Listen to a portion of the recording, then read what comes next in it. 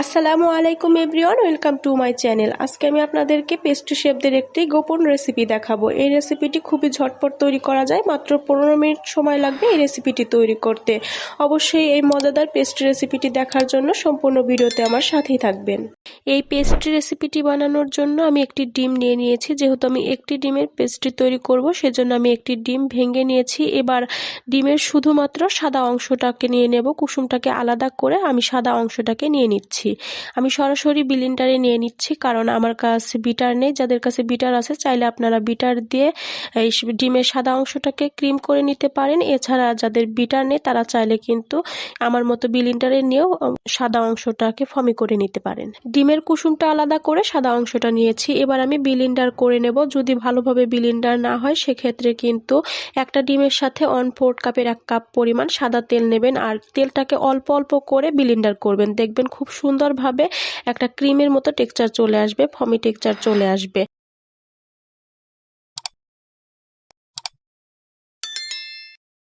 দেখেই নিশ্চয়ই বুঝতে পারছেন, তেলটা দেওয়ার পরে কিন্তু ডিমের খুব সুন্দর একটা ক্রিম তৈরি হয়ে গেছে। এবার আমি ক্রিমটাকে ব্লেন্ডার থেকে একটি বাটিতে তুলে নেব।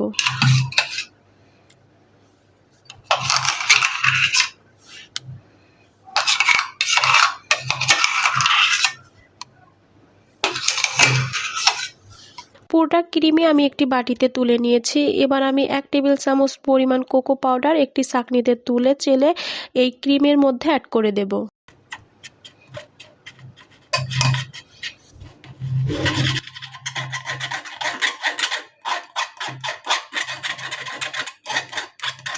এক টেবিল চামচ পরিমাণ কোকো পাউডার আমি চেলে এই ক্রিমের মধ্যে অ্যাড করে দিয়েছি। এবার একটি কাঁটা চামচ দিয়ে ক্রিমের সাথে কোকো পাউডারটাকে ভালো করে মিক্স করে নেব।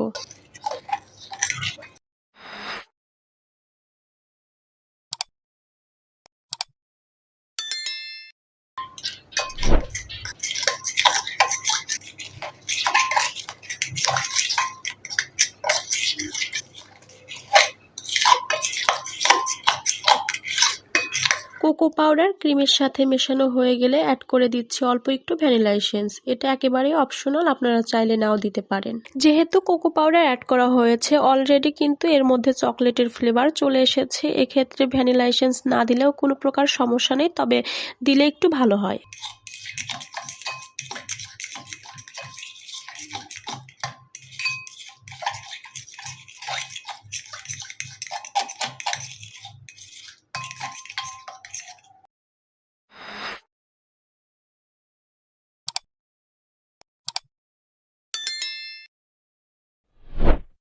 ভ্যানিলা এসেন্স দিয়েও কিন্তু খুব ভালোভাবে মিক্স করে নিয়েছি। এবার এর মধ্যে অ্যাড করে দেব 1 টেবিল চামচ পরিমাণ গুঁড়ো দুধ, 1 টেবিল চামচ পরিমাণ চিনি এবং 1 টেবিল চামচ পরিমাণ ময়দা বা আটা।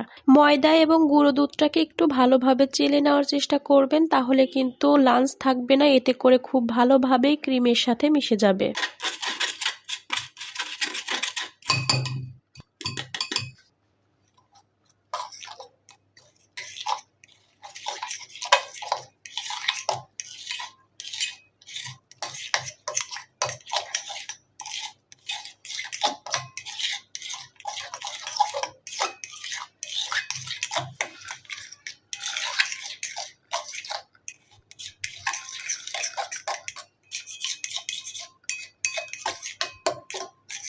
সবকিছু কিন্তু একসাথে খুব ভালোভাবে মিশিয়ে নিয়েছি। চিনিটা যখন খুব ভালো করে মিশে যাবে, তখন এই মিশ্রণটাকে একটি পাইপিং ব্যাগে তুলে নেব। এই পাইপিং ব্যাগগুলো কিন্তু আমি কিনে ব্যবহার করিনি, বাসায় থাকা পলি ব্যাগ দিয়ে তৈরি করেছি। কিভাবে পলি ব্যাগ দিয়ে এই পাইপিং ব্যাগগুলো তৈরি করতে হয়, সেটা কিন্তু আমি আমার একটি কোন আইসক্রিমের ভিডিওতে দেখিয়েছি। আপনারা চাইলে সেই ভিডিও দেখে আসতে পারেন। পাইপিং ব্যাগে এই ক্রিমটাকে ভরার জন্য একটি গ্লাসের মধ্যে পাইপিং ব্যাগটাকে দিয়ে তারপরে ক্রিমটাকে খুব সুন্দরভাবে সহজেই ভরে ফেলা যায়।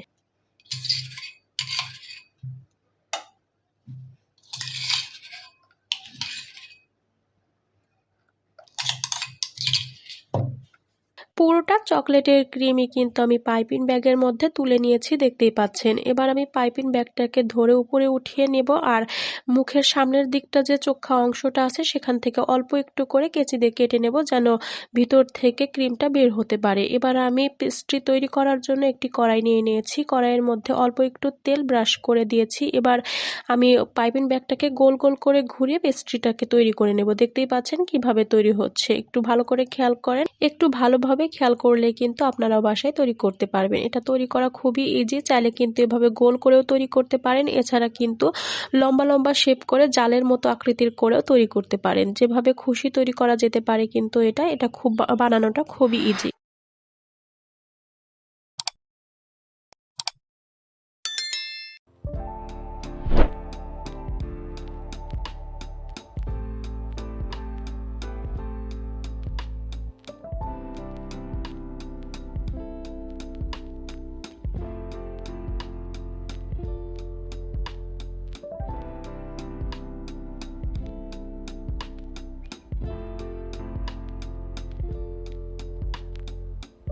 আমার একটা পেস্ট্রির ভেজ তৈরি হয়ে গিয়েছে। আমি এবার দেখিয়ে দিচ্ছি এটাকে কিভাবে সেট করতে হবে। যে কোনো একটা গোল মতো জিনিস নিতে হবে, এরপরে এর সাথে খুব সুন্দরভাবে রেখে দিতে হবে, যেরকমটা আমি ভিডিওতে দেখালাম। এভাবে রেখে দিলে যখন ঠান্ডা হয়ে যাবে তখন কিন্তু শেপটা গোল আসবে। আর যদি ঠান্ডা হওয়ার আগেই কিন্তু গরম অবস্থাতে যদি গোল কোনো জিনিসের সাথে রেখে না দেন, তাহলে কিন্তু ঠান্ডা হওয়ার পরে শক্ত হয়ে যাবে আর গোল করতে পারবেন না, ভাঁজ করা যাবে না। ঠান্ডা হয়ে যখন শক্ত হয়ে যাবে তখন ভাঁজ করতে নিলে কিন্তু ভেঙে যাবে আর পেস্ট্রি তৈরি করা যাবে না।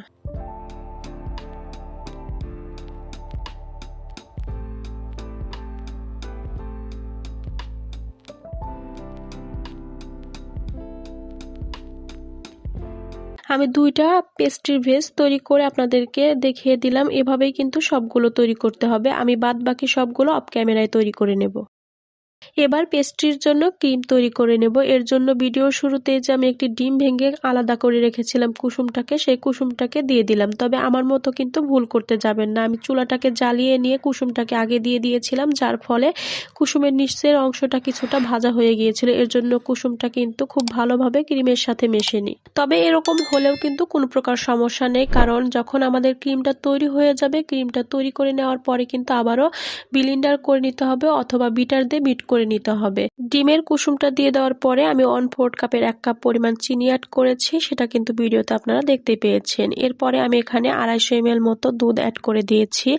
দুধ এবং চিনিটাকে ভালো করে মিক্স করে নিয়ে এর মধ্যে অ্যাড করে দেব আগে থেকে গুঁড়ো করে রাখা পোলার চাউল। পোলার চাউলটাকে আমি ভালোভাবে একটু ধুয়ে নিয়ে ব্লেন্ডার করে নিয়েছি। সেখান থেকে 1/4 কাপের 2 কাপ পরিমাণ পোলার চাউল আমি এই দুধের মধ্যে অ্যাড করে দেব।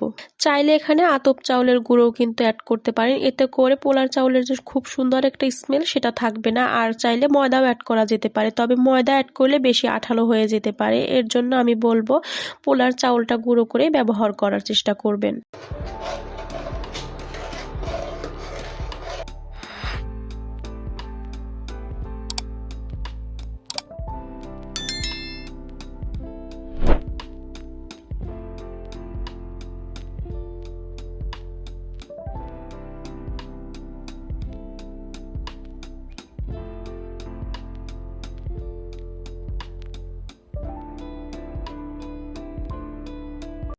এই ক্রিমটা যখন তৈরি হয়ে যাবে, তৈরি হয়ে যাওয়ার পরে কিন্তু নিয়ে ব্লেন্ডার করতে হবে। ব্লেন্ডার করে নিয়ে পাইপিং ব্যাগে ভরে নিতে হবে।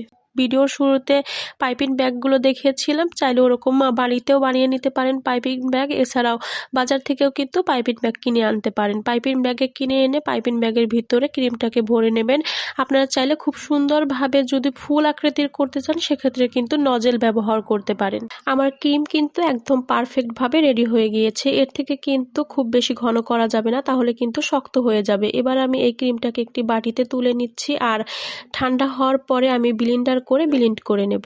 আমি কিন্তু আপনাদেরকে আর ব্লেন্ডার করে দেখালাম না, কারণ ব্লেন্ডার করতে কিন্তু সবাই পারবেন। ব্লেন্ডার করা হয়ে গেলে আমি প্রথমে যে পেস্ট্রির বেস তৈরি করে রেখেছিলাম তার মধ্যে নজেল দিয়ে এই ক্রিমগুলোকে ভরে দিতে হবে। অবশ্যই আশা করছি আজকের ভিডিওটি ভালো লেগেছে। যদি ভালো লাগে অবশ্যই ভিডিওতে একটি লাইক দিয়ে চ্যানেলটিকে সাবস্ক্রাইব করে দিয়ে যাবেন। আজকের মতো ভিডিও এখানে শেষ করছি। সকলেই ভালো থাকবেন, সুস্থ থাকবেন। আসসালামু আলাইকুম।